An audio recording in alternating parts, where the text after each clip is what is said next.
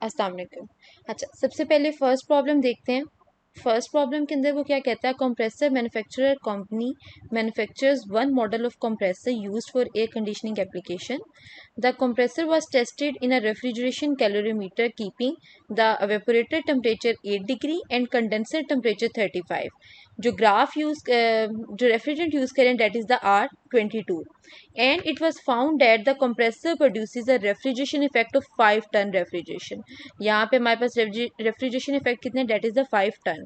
Using PH chart, यहाँ पे clearly इसने बता दिया कि हमने क्या यूज करना है, पीएच चार्ट यूज करना है। तो पीएच चार्ट को यूज करते हुए what we have to calculate, first में है मैस फ्लो रेट बताना है, then volume flow rate handled by the compressor और volume flow rate per ton of refrigerant. दो वॉल्यूम फ्लो रेट्स बताने हैं, power required by compressor and power required per ton of refrigerant बताना है। Fourth में हमने बताना है heat rejected in the condenser, और फिफ्थ में सीओपी बताना है और एज्यूम करना है this is the simple vapour compression cycle. अच्छा, अब इसका क्राइटेरिया क्या होगा, मैं आप लोगों के सामने इसकी पीएच डायग्राम जो है वो ड्रॉ करके और जो जो इसके अंदर फार्मूलाज लग रहे हैं वो सब आप लोगों के साथ शेयर कर देती हूँ। लाइक प्रॉब्लम नंबर 1 जो है इसके अंदर, फर्स्ट हम सबसे पहले डाटा लिख लेते हैं। हमारे पास एवेपोरेटेड टेम्परेचर कितना है, 8 डिग्री सेल्सियस। टी एवेपोरेटर है 8 डिग्री सेल्सियस। कंडेंसर टेम्परेचर अभी हमने देखा डेट इज 35 डिग्री सेल्सियस। और रेफ्रिजरेशन इफेक्ट जो है वो है 5 टन, इसका रेफ्रिजरेशन इफेक्ट है। अच्छा, ड्रॉ करते हैं इसकी पीएच डायग्राम।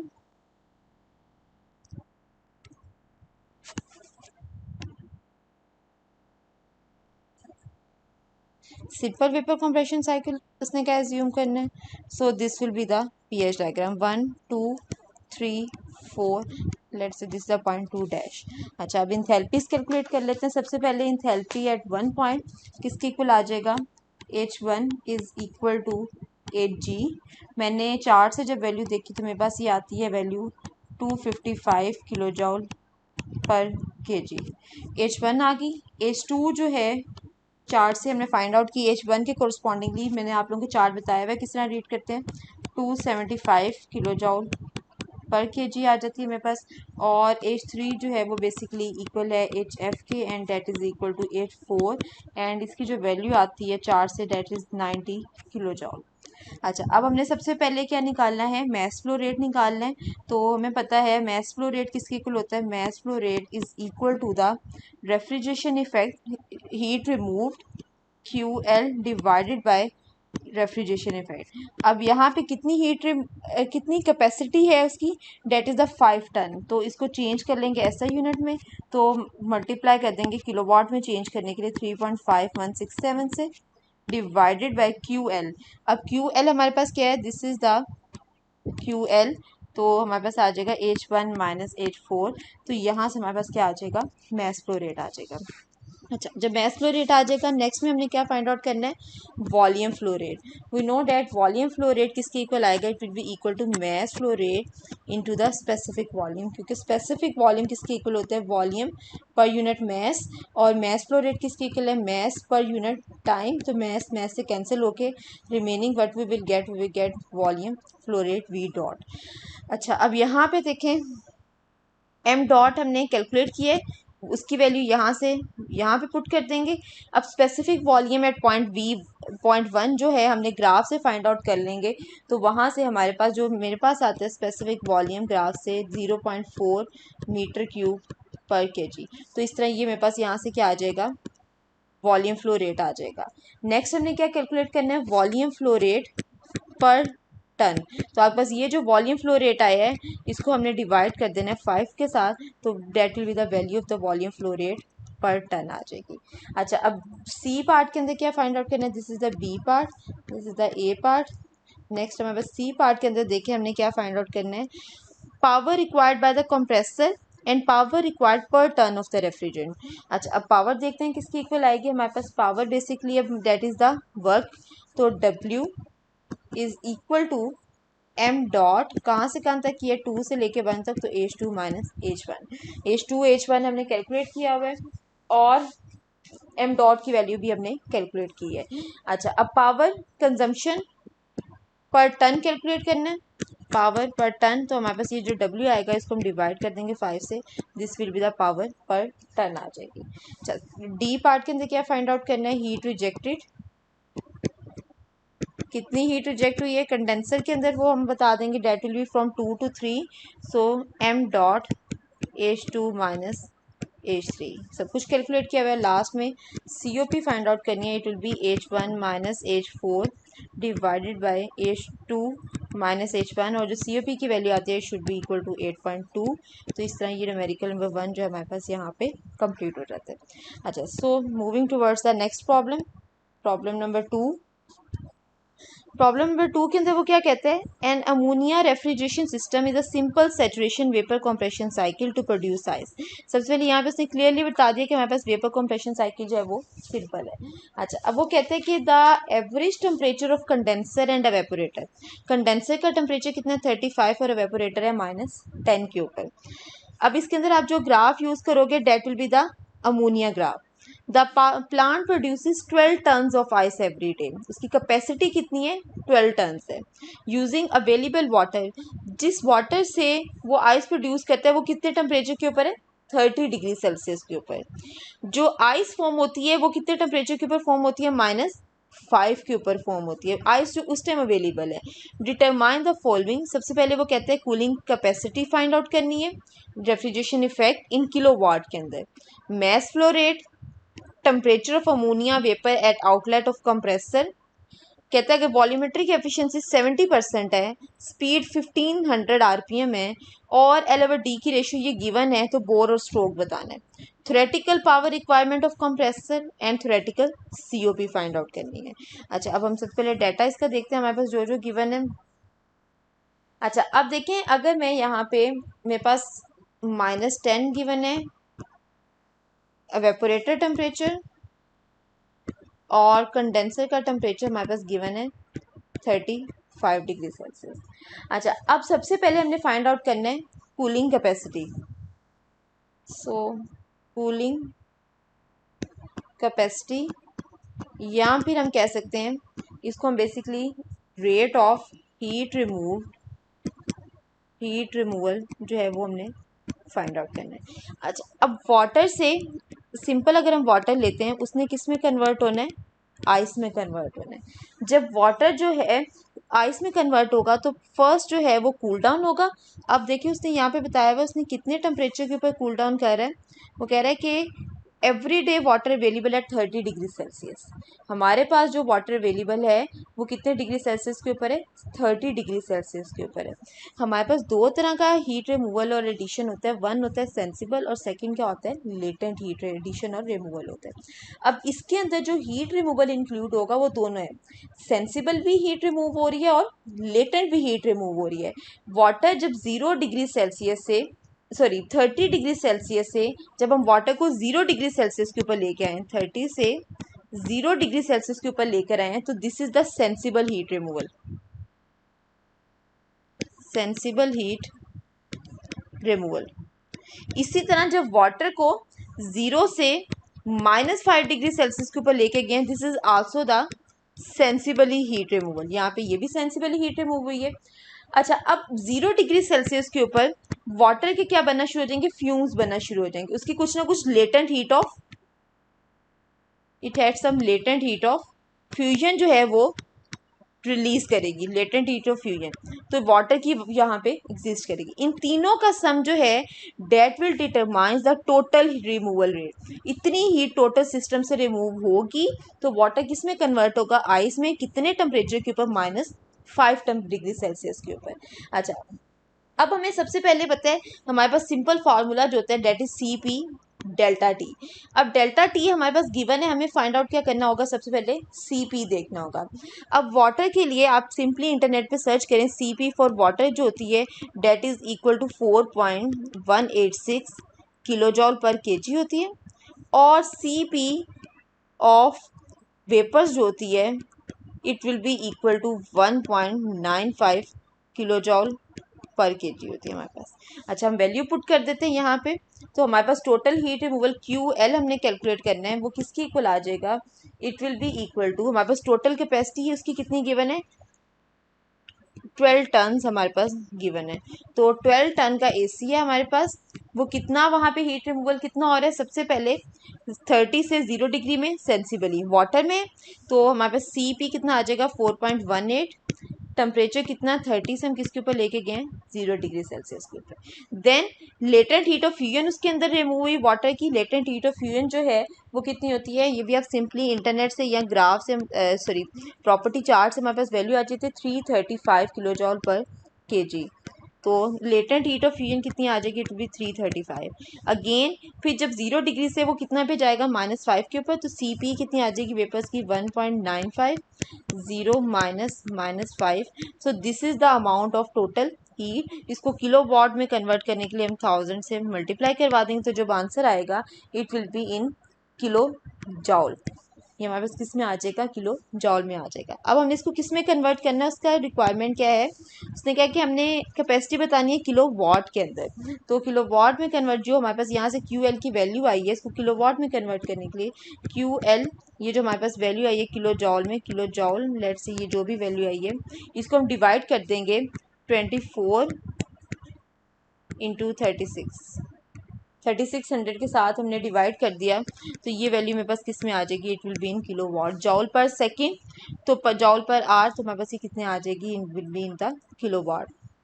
अच्छा, अब सेकंड पार्ट के अंदर उसने क्या फाइंड आउट करने का, मैस फ्लो रेट फाइंड करना है रेफ्रिजरेंट का। अब मैस फ्लो रेट हमारे पास this the part A. Part B के अंदर हमें क्या रिक्वायरमेंट है, m डॉट जो है वो कैलकुलेट करना है।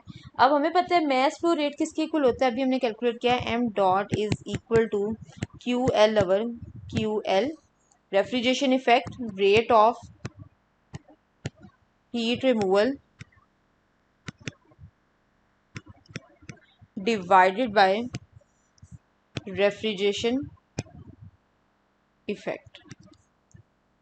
अब रेट ऑफ हीट रिमूवल हमारे पास यहाँ पे कितना है, हमने ये कैलकुलेट कर लिया। अब रेफ्रिजरेशन इफेक्ट किसके इक्वल आ जाएगा, लेट्स से मैं यहाँ पे अगर इसकी डायग्राम ड्रा करूँ, सिंपल वेपर कंप्रेशन साइकिल है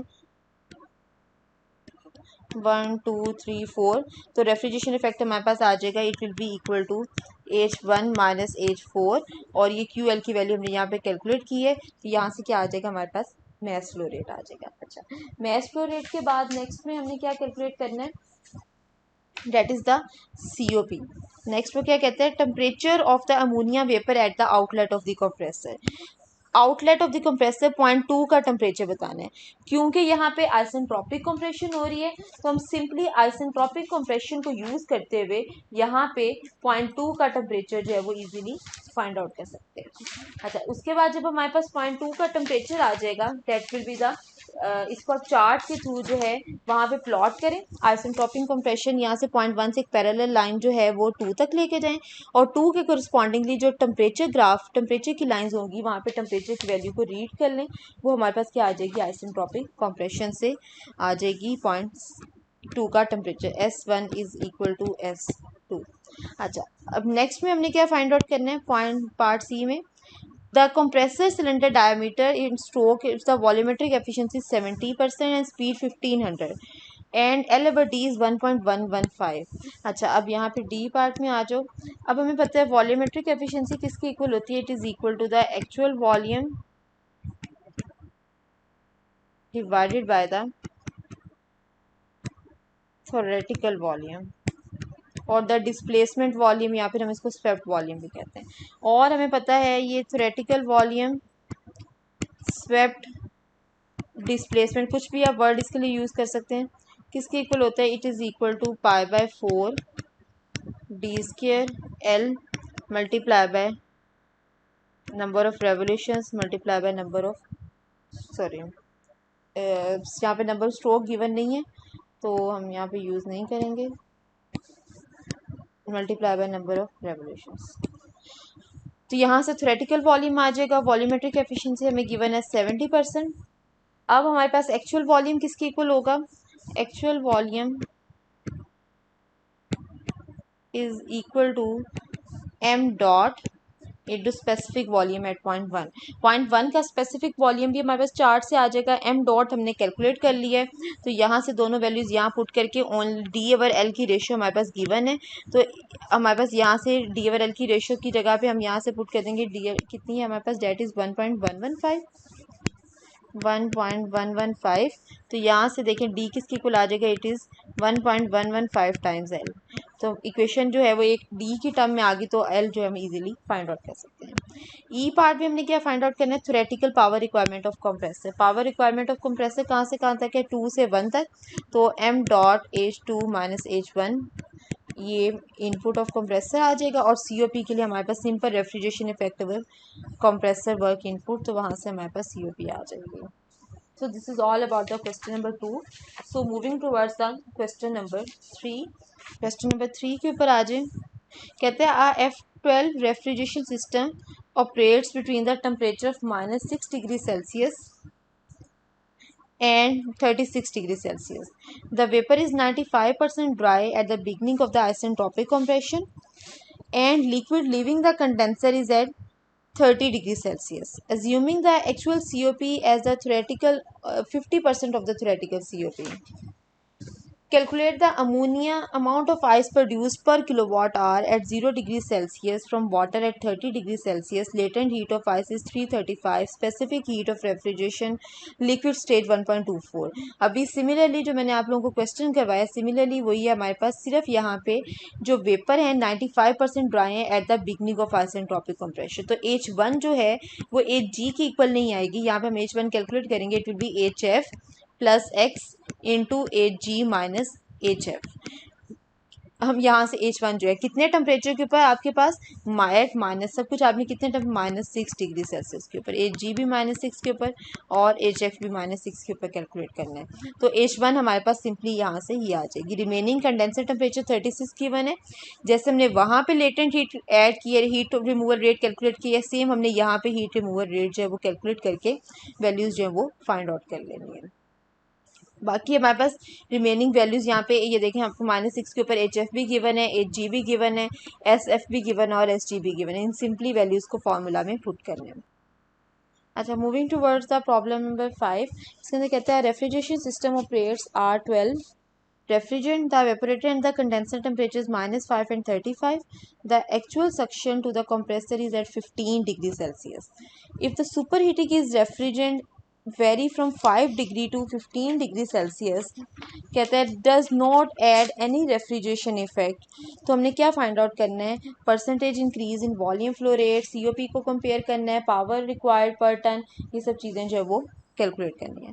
अच्छा, अब इसके अंदर देखें हमारे पास सबसे पहले अगर देखें आपका वेपोरेटर टेम्परेचर कितना है -5, कंडेंसर का टेम्परेचर कितना है 35, actual suction to the compressor is at 15 degree Celsius. अगर मैं इसकी डायग्राम ड्रॉ करूं, PH diagram, this is for the problem number 5, problem number 5।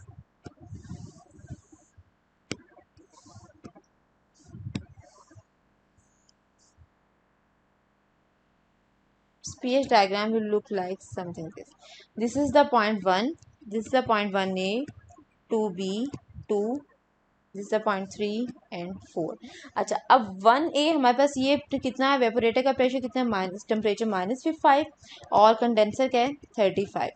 अब जब वो कंप्रेसर से हम उसको कितने टेम्परेचर के ऊपर हीट करें, तो T1A मेरे पास T सुपर हीटेड वो कितना आ जाएगा, it will be equal to 15 degree Celsius. तो आपको ये मैंने लास्ट टाइम न्यूमेरिकल में डिटेल के साथ नेक्स्ट न्यूमेरिकल में बताया हुआ है कि 1A पॉइंट का टेम्परेचर इंथैल्पी किस तरह कैलकुलेट करते हैं। तो H सुपर हीटेड हमारे पास होती है, it will be equal to Hg plus CP T superheated minus T saturated. अब सेचुरेटेड जो है 1 पॉइंट का, ये आप सिंपली चार्ट से या टेबल से निकाल सकते हैं। CP की वैल्यू निकालने के लिए क्योंकि आइसेंट्रोपिक कंप्रेशन है, तो S1 is equal to S2 यहाँ से भी हम CP की वैल्यू निकाल सकते हैं, इसके लिए आप प्रीवियस न्यूमेरिकल्स को देख सकते हैं। अदरवाइज मैंने लास्ट न्यूमेरिकल में CP की वैल्यू की रेंज बताई है, आप उस रेंज को भी यूटिलाइज कर सकते हैं टू कैलकुलेट द वैल्यू। और यहाँ से हमारे पास जो है वो 1A पॉइंट की इंथैल्पी आ जाएगी, 2P पॉइंट की, 3 की, 4 की, और फिर इस तरह 1 2 3 4 की निकाल के 1 2 3 4 सैचुरेटेड साइकिल है, 1A 2B 3 4 जो है वो सुपर हीटेड साइकिल है। दोनों की COPs को हम कंपेयर कर लेंगे तो यहाँ से हमारे पास जो फाइनल रिजल्ट के हमारे कंक्लूड कर लेंगे।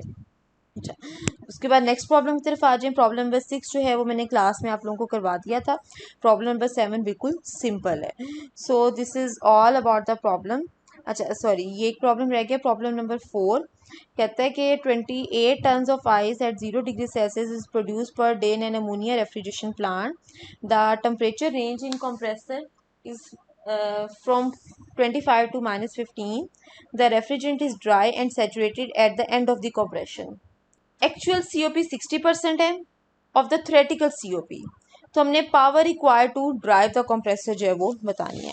अच्छा, अब इसके अंदर सेम वही हमारे पास, हम इसको सॉल्व करते हैं। अच्छा, प्रॉब्लम नंबर 4 इसको डिस्कस कर लेते हैं।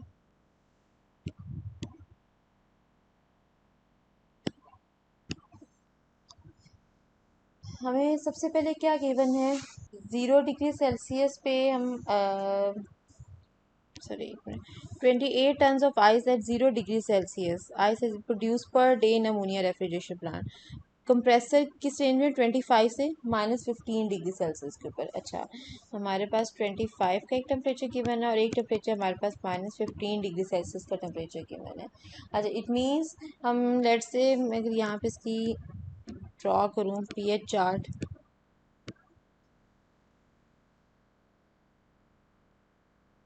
One two three four.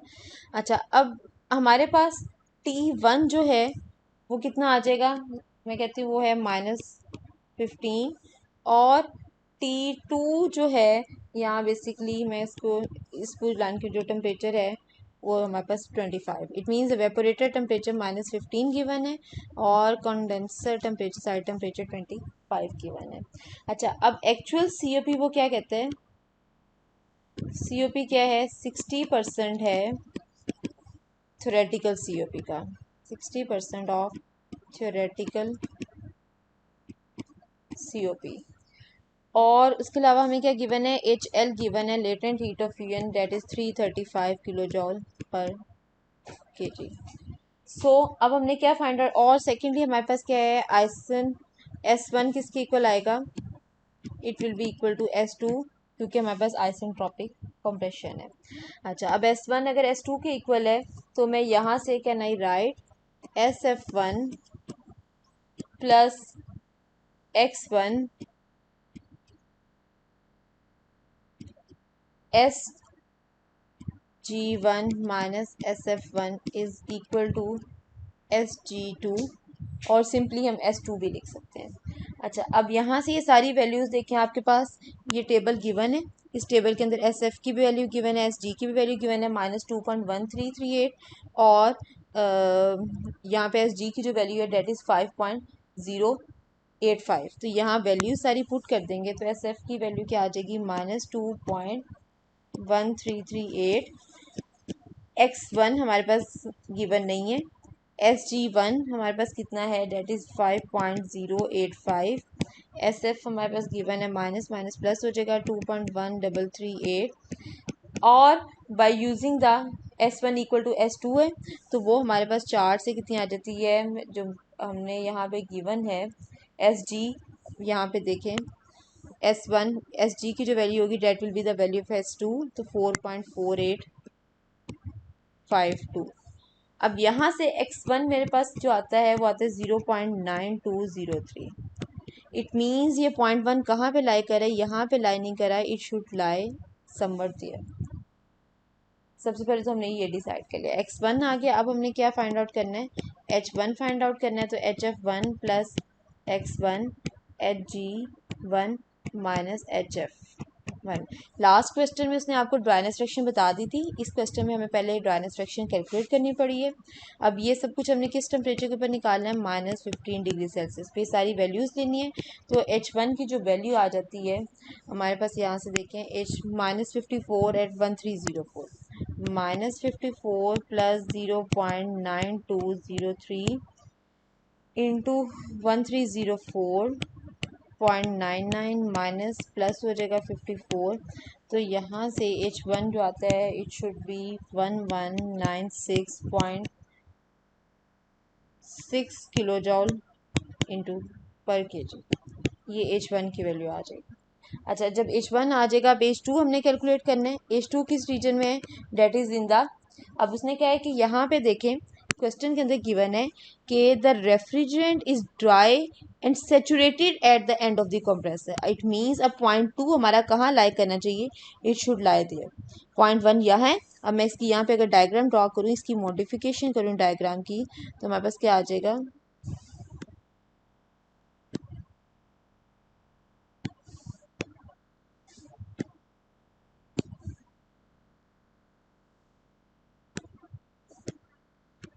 ये हमने अजम्पशन से डायग्राम ड्रॉ की थी। अब हमारे पास पॉइंट 1 कहाँ पे आ गया, this is the point 1। Point 2 हमारे पास कहाँ पे आ गया, this is the point 2, this is the point 3 and here is the point 4। This will be the now the pH diagram.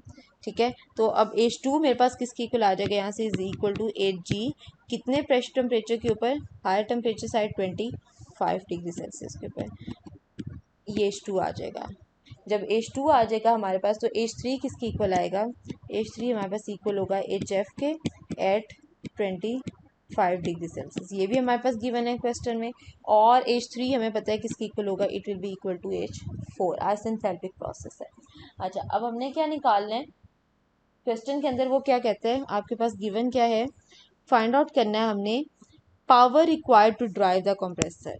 तो power required to drive the compressor हमारे पास क्या है, it will B W, कहाँ से कहाँ तक होगी, H2 माइनस H1।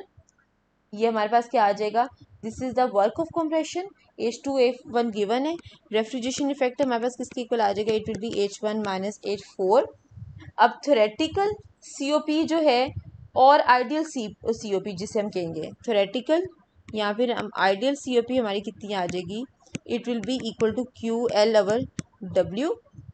अब एक्चुअल COP कितनी है हमारे पास, 60% है आइडियल का, जो हमने यहाँ कैलकुलेट की उसका 60% है। अच्छा, यहाँ से H1 माइनस H4 जो मेरे पास आ रहा है, इट विल बी 1196.63 माइनस 100.04। तो QL की जो वैल्यू है हम यहाँ कैलकुलेट करते तो 1096.57 आती है। इसी तरह W की जो वैल्यू आती है, इट शुड बी 122.59। तो यहाँ से जो एक्चुअल COP मेरे पास आती है, सॉरी आइडियल COP जो आती है, इट विल बी 8.95। तो एक्चुअल COP क्या होगी, it will B 60 divided by 100 multiply by 8.95।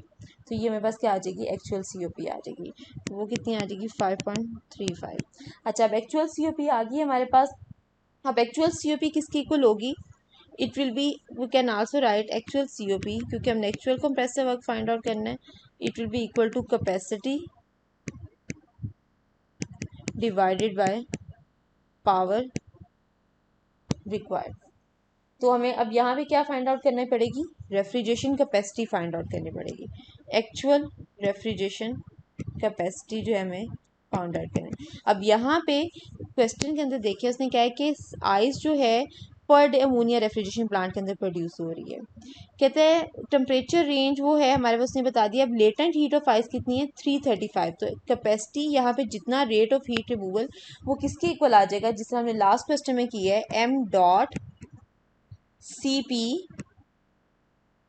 कितने टेम्परेचर के ऊपर हमारे पास, Cp delta T plus latent heat of fusion जो हमने इसके अंदर ऐड की थी।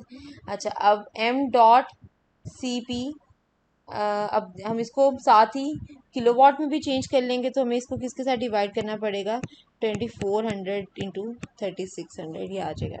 अच्छा, अब हम देखते हैं कितना टेम्परेचर है 0 डिग्री सेल्सियस के ऊपर। तो डेल्टा T यहाँ पे कितना आ जाएगा, m.Cp हमारे पास है ये टर्म क्या हो जाएगी, डेल्टा टी ज़ीरो हो जाएगा। लेटेंट हीट ऑफ फ्यूजन यहाँ पे कितनी गिवन है हमारे पास, 335, ठीक है, डिवाइडेड बाय, और हमारे पास कैपेसिटी कितनी गिवन है, 28 tons. 28 tons multiply by kilowatt में चेंज करने के लिए 1000, ठीक है। तो यहाँ से 28 multiply by 1000 M dot,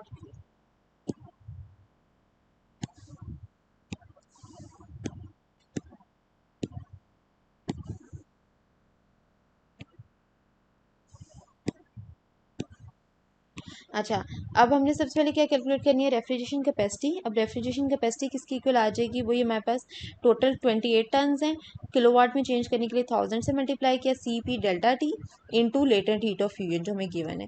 C P हमारे डेल्टा टी यहाँ पे 0 डिग्री सेल्सियस, तो ये टर्म 0 हो जाएगी। लेटेंट हीट ऑफ फ्यूजन हमें 335 गिवन है, और उसको यहाँ से किलो जॉल से किलो वॉट में चेंज करने के लिए हमने किससे मल्टीप्लाई किया, 24 मल्टीप्लाई बाय 3600। तो यहाँ से जो रेफ्रिजरेशन कैपेसिटी मेरे पास आती है, शुड बी 108.5 किलो जॉल और पर सेकेंड, और हम इसको लिख सकते हैं किलो वाट। अब रेफ्रिजरेशन कैपेसिटी हमारे पास आ गई। जब रेफ्रिजरेशन कैपेसिटी हमारे पास आ जाएगी तो एक्चुअल सीओपी हमने पावर रिक्वायर्ड यहाँ से निकाल लेते हैं।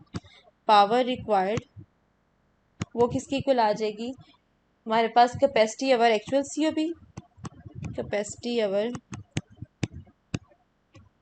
Actual COP. कैपेसिटी कितनी है, 108.5, एक्चुअल सीओपी है 5.35। तो यहाँ से पावर रिक्वायर्ड मेरे पास आती है 20.29 किलो जॉल्स पर सेकेंड और kilowatt. So this is the total work. यहाँ पे हमारी प्रॉब्लम शीट जो है वो कंप्लीट हो गई है।